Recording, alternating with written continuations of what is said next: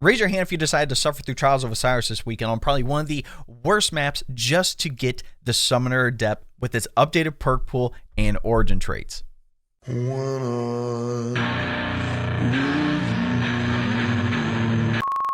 Most of y'all know I do not play Trials often, but I really needed to get my hands on this gun because the updated perk pool has some great options for both PvE and more specifically PvP. Now with every weapon that's been updated and brought into the current state of the game, like the Summoner for example, we actually have some origin trait perks. The Summoner actually comes with 3. So first up, we have Alacrity, which is kind of like the Trials of Osiris specific one, so you gain increased reload stability, aim assist, and range when you're the last living member of your fire team or running solo, so you get a variety of bonuses with just this origin trait perk if you're by yourself. The second one is One Quiet Moment, so grants increased reload speed and handling when out of combat. Swords gain faster movement speed. Honestly, this one really doesn't make sense, especially in a PvP setting or even PvE really, so I really wouldn't use this one. Now the big one that a lot of people are using specifically for PvP is Wildcard. Now this origin trait perk came in recently and I really like it. It comes on a couple different weapons, but final blows with this weapon have a chance to create experimental submunitions at the target's location.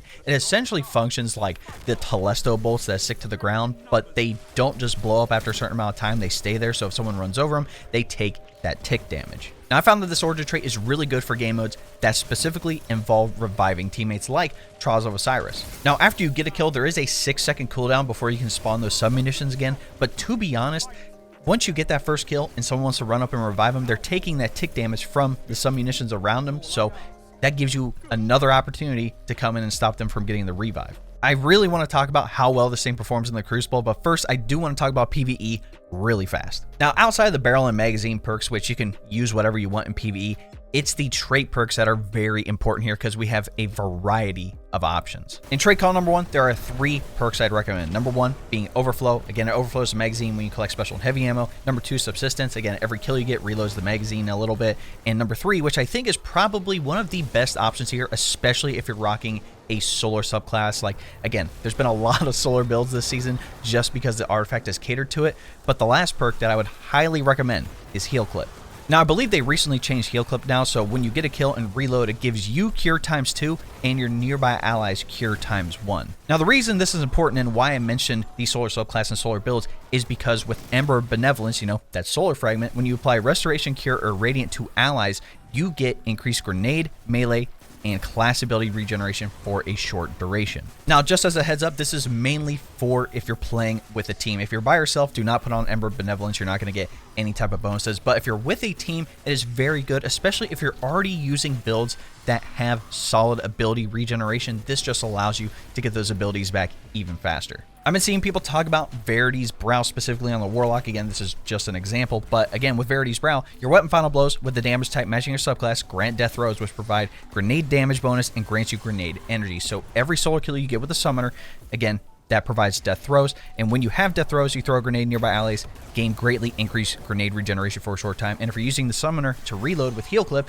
you're applying cure to yourself and your allies, you can get that grenade back even faster and keep up that death throws grenade damage. Now in trait column number 2, there are a couple of options here that are very good. You know, you have Rampage, Gold Tricorn, both good for bonus damage on the weapon. You have Onslaught, which will increase that fire rate, even Kill Clip, you know, just getting a kill and reloading for that bonus damage. But the big one, and I think everyone's going to choose this one, is Incandescent. Even though there's no bonus damage, being able to spread that scorch around and potentially cause ignitions, you can just wipe out an entire room with just having Incan on. Now I did end up getting an Overflow and Incandescent roll. I really wanted a Heal Clip Incandescent roll so I could take advantage of all the benefits of the solar subclass with Cure and Ember Benevolence, and then Incan spreading Scorch and causing ignitions. Both of those would have been fantastic, but to be honest, all the perks that I mentioned for PvE, if you get any type of combination of Overflow, Subsistence, or Heal Clip with Incandescent, you're pretty much set for your solar build. If you get Golden Tricorn, again, I think it's a solid option as well. Rampage is okay, but again, Incan is a big one here. Now let's talk about the big topic of discussion, PvP, and why is the Summoner so good? First up, if you didn't see the recent patch, autos, pulses, scouts, and sidearms all got a crit damage increase. So that's why in the Crucible right now, you're seeing a lot of prosecutors, you're seeing a lot of omens, you're seeing a lot of summoners. Like, yes, a lot of hardcore players will tell you that 120 hand cannons are in a really solid place right now. Igneous Hammer is just absolutely cooking. I don't disagree with you at all. But when I see in the top primary weapons that half of them end up being auto rifles across the board of quick play, competitive, and Trials of Osiris, it might be close to an auto rifle type meta. Granted, I will admit that you can go in the Crucible right now with almost any gun and do extremely well. All I'm saying is that auto rifles are very easy to use right now, and there's a reason why the Summoner can fall into that very good meta category. First up, talking about barrel and magazine options. First up, for barrels, it doesn't really matter. Use whatever your favorite one is. A lot of people like Arrowhead Break for the vertical recoil, Polygonal for stability, Hammer Forge for range, you know, even something like Full Bore for range, but you lose out on stability, and handling Small Bore for the boost to range and stability. Use whatever your favorite one is, it doesn't really matter. For magazine options, you have high caliber rounds and ricochet rounds. High cal gives bonus to range and also flinches targets, and then ricochet is bonus to range and stability, and you can bounce the bullets, you know, off the walls.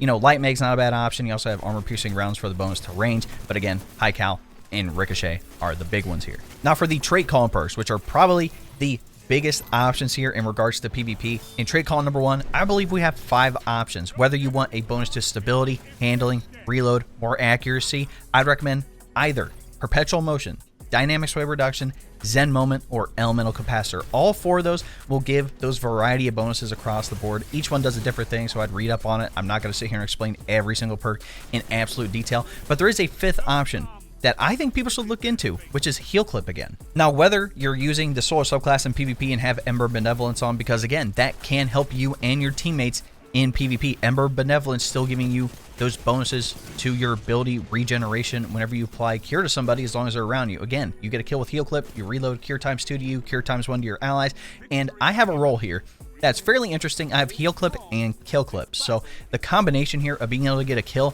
and reload gives you not only health back, but also having that bonus damage. Now, the Summoner itself hits 27 damage to the head naturally, but after I get that first kill, I get Kill Clip procced.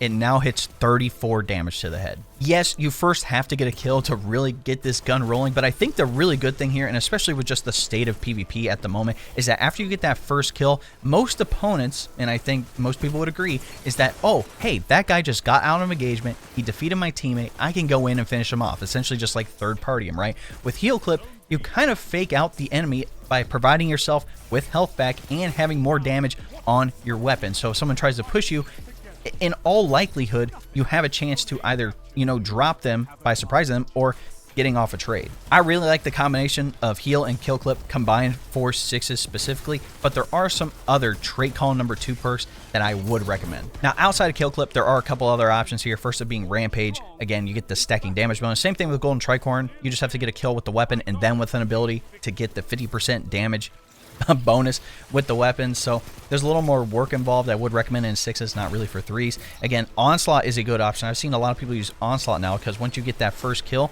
Onslaught kicks in, which means you get a faster fire rate for the gun. That can stack up to 3 times, which means if you get max stacks, I believe it's like a 37% increase in your rate of fire, which means your TTK gets increased by 37%. Granted, you blow through the magazine 37% faster, but as long as you're hitting your shots and surviving, you can keep up Onslaught for a while here. And the last perk, which I think a lot of people are going to agree with, is probably one of the best options here, specifically for auto rifles too, which is Target Lock. Damage increases the longer the weapon remains on the target. I'm not going to break down all the bonuses here. From what I have seen on the Summoner specifically, again, like I said, it does 27 damage to the head, but with Target Lock, that can ramp up to 30. So as long as you're consistently hitting a target, you'll be able to have Target Lock procced. Again, once you miss a shot, it's over. Target Lock has to restart. So you do have to keep that in mind. That's why I do like Kill Clip for something like 6s, but I think for 3s, you know, Comp, Trials of Osiris, Target Lock is definitely a very good option here. Now, if you're in the comments already and you're like, David, Trials of Osiris is hard. I don't play PvP that often. I don't have anyone to carry me. The solo playlist is awful. There's hackers I run into. I don't necessarily disagree with you. Trials is tough and it does have its problems. And to be honest, the recent map that we had, which was Cauldron, that map is just god-awful for Trials, in my opinion. If you recall back to when I was talking about both the PvE and PvP sections of this video, I mentioned off almost every single perk in every single trait column, and the amount of interchangeability between all those perks for you to take advantage of is just way too easy to pass up, especially for a primary weapon. It's up to you if you want to suffer through Trials of Osiris to get a solid roll on this weapon. Again, that's 100% up to you. I'm not going to tell you neither here or there. There are plenty of good solar weapons that you can use in PvE now, but I think for the PvE and the casual sixes playlist, there are way too many options here on this gun that make it very good for both PvE and PvP, and that's why I'd recommend trying to farm it. Out of all the weapons right now in Trials, even if you don't have an igneous hammer and you're not good with hand cannons, at least with this auto rifle, any perk combination that you get for either PvE or PvP is gonna be pretty good. In any event, if what you saw was valuable or entertaining to you, be sure to drop a like on the video, subscribe to the channel, and turn on that notification bell so you don't miss out on any other gaming content that I drop here on the channel. Like I mentioned, we do live streams here on YouTube, Twitch, and TikTok all at the same time, a couple days a week. If you would like some updates, again, be sure to follow the Twitch, join the Discord, that link will be in the description. We do run Destiny 2 help, so if you do need help with GMs, dungeons, raids, whatever we're doing during the day and you want to hop in, again, hop in the chat, hop in the Discord, we can help you out. Last thing before I go, if you want to help support the channel even more, you can look into becoming a member. A membership is essentially a Twitch subscription, but on YouTube, it's actually cheaper on YouTube, which is just hilarious in any event. The main thing is that you get access to exclusive emotes, monthly badges, and other cool things here on the channel. Mainly, you get access to some of my exclusive content early. So if you would like more information, all you have to do is press the join button next subscribe, and I'll give you a rundown with all the details you need. All right, ladies and gentlemen, Spinning Boy, we'll catch you in the next one. Cheers!